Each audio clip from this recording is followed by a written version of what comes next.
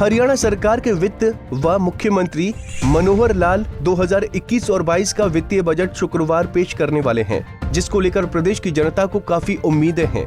महामारी corona virus को ध्यान में रखते हुए हरियाणा सरकार का इस साल का बजट अब तक का सबसे महत्वपूर्ण बजट है, क्योंकि महामारी की वजह से भूतपूर्व मानवीय और आर्थिक संकट देखने को मिला। इस साल के बजट को अर्थव्यवस्था को पटरी पर लाने के लिए भी महत्वपूर्ण माना जा रहा है।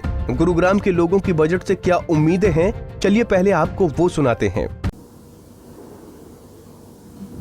हरियाणा सरकार का बजट आ रहा है, एमएसएमई सेक्टर के लिए कैसा होना चाहिए बजट?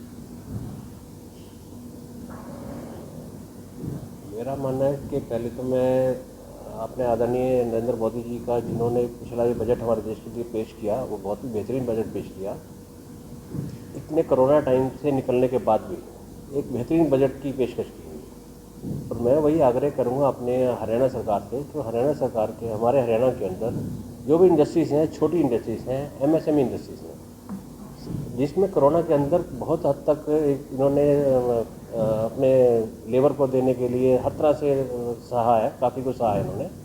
और मैं चाहूँगा कि इनको मैक्सिमम छूट जो दे सके सरकार इस टाइम में, इसमें छूट मिलनी चाहिए, ताकि आने वाले टाइम के लिए अपने आप को ये पैरों पर खड़े हो सके, इंडस्ट्री सारी उन खड़ी हो सके और अपने देश को आगे बढ़ाने में ग्रोथ पैदा कर सके अपने। तो ये पहले मैंने कहा जी कि जैसे हमारे देश में मोदी जी ने जो बजट पेश किया है पीछे, वो हमारे एक बहुत बेहतरीन बजट पेश किया है कोरोना काल से निकलने के बावजूद भी।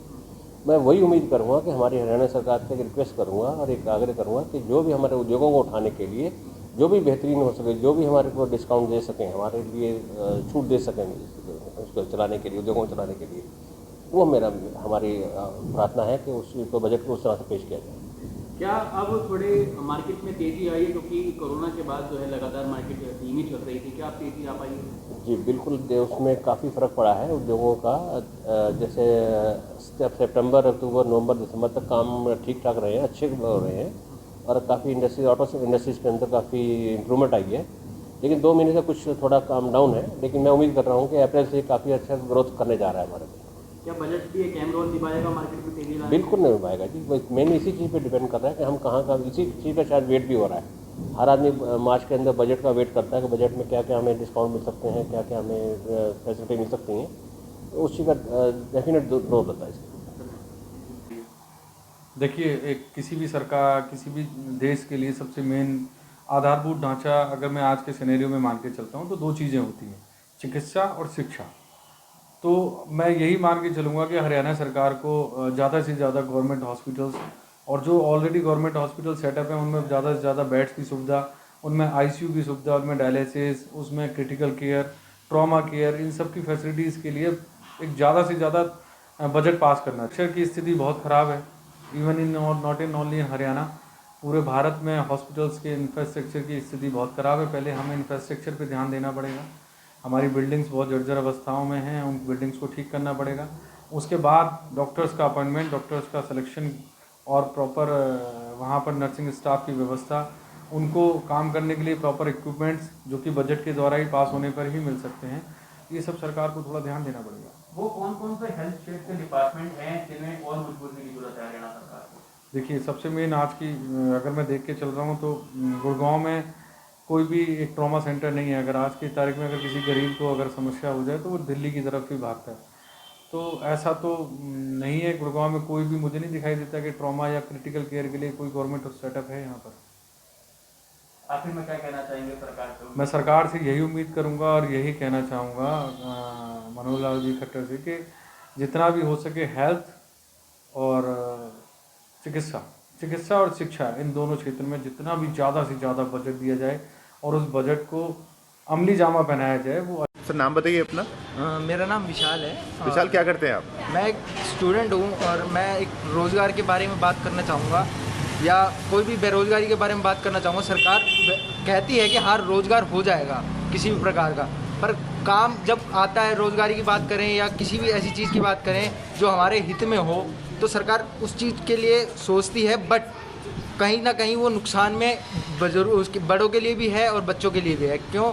जब एम्प्लॉयमेंट की बात करते हैं हम, एम्प्लॉयमेंट में बच्चों के लिए कोई भी काम करे, रोज़गार के लिए पैदा करे, वैकेंसी निकाले, वैकेंसी में भी आजकल क्या हो रहा है, वो भर्ती निकालती है। भर्ती निकालने के बाद बच्चों के पेपर्स होते हैं, लाखों बच्चे उसमें पेपर देते हैं, परंतु सिलेक्शन उन्हीं का होता है जो या तो अंदर किसी की बातचीत हो या फिर किसी के पास अच्छा चढ़ावा जाए।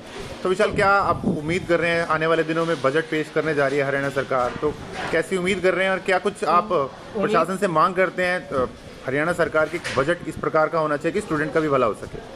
बजट इस प्रकार का होना चाहिए जिस चीज़ से हमें रेगुलर बेनिफिट्स मिले। जैसे हमारे पास कोई सरकारी व्हीकल है, व्हीकल के अंदर पेट्रोल की बात करें, पेट्रोल के दाम आप देख लीजिए, जब कांग्रेस सरकार थी, कांग्रेस सरकार के अंदर 45 रुपये लीटर हमारे को पेट्रोल मिलता था, तो आज ही उसी को कच्चे तेल की कीमत आज भी हमारे पास 35 रुपये के लगभग है, और उसी को सरकार वेट लगा के या सरकार के अंदर रोजगार पैदा करके वो 91 रुपये में बेच रही है। 91 रुपये कुछ पैसे के अंदर हो गया है, वो सबको भुगतना पड़ रहा है इसमें। चाहे वो एक स्टूडेंट की बात करें, चाहे हम किसी भी पर्टिकुलर बंदे की बात करें, तो सबको इसमें भुगतना पड़ रहा है। तो बेसिकली महंगाई पर अंकुश लगाया जाना चाहिए। महंगाई पे अंकुश तो लगाने चाहिए। साथ में आपको अपने बेनिफिट्स के बारे में, बच्चों के रोजगार भविष्य के बारे में सोचना चाहिए।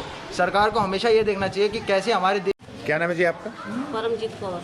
परमजीत जी, अभी जो है हरियाणा सरकार बजट पेश करने जा रही है, क्या कुछ उम्मीदें हैं आपको बजट से? क्या उम्मीद लगा रही हैं आप? हम तो जब से मोदी सरकार आई है ना, हमसे उससे उम्मीद ही खत्म हो चुकी है इस टाइम, क्योंकि ना तो पहले तो चलो हमारे को प्यार से उसने सब्सिडी के नाम पे सिलेंडर दिया, अब वो भी उसने ख़त्म करके इतनी महंगी गैस कर दिया है, पेट्रोल कर दिया है, डीजल कर दिया, ये सब चीज़ें महंगी करने के बावजूद हमारा सारा रसोई का सामान महंगा हो चुका है। हम क्या उम्मीद करेंगे, क्या खाएंगे? अब तो हमारा कटोरा उठा के भीख मांगने की नौबत इस सरकार ने कर दी है। हम देख लो अब क्या करें, इतनी सी सब्जी से हमारा बच्चों का पेट भरेगा? इतनी सब्जी लेके हम लोग बना के बच्चों का पेट भर रहे हैं। आप बताओ क्या हमारे को उम्मीद है इस चीज़ से, सरकार से? तो आप क्या गुहार लगाना चाहती हैं प्रशासन से, किस प्रकार का इस बार बजट होना चाहिए? इस बार प्रकार बजट होना चाहिए जो हमारी रसोई अच्छे तरीके से चले। पेट्रोल सस्ता करो, डीजल सस्ता करो, गैस सस्ती करो, सब्जियां तभी सस्ती होंगी। आपने इतना महंगाई कर रखी है तो कहाँ से होगा सब चीज़ सस्ती? हो ही नहीं सकती अगर आप लोग सही तरीके से नहीं करेंगे ये चीज़। किसी भी प्रदेश की पहचान उसकी शिक्षा को माना जाता है। बजट को लेकर अब की बार शिक्षकों ने मुख्यमंत्री मनोहर लाल से क्या उम्मीद की है, एक बार इन्हें भी सुनिए। देखिए, शिक्षा के क्षेत्र में ये आधारभूत संरचना है।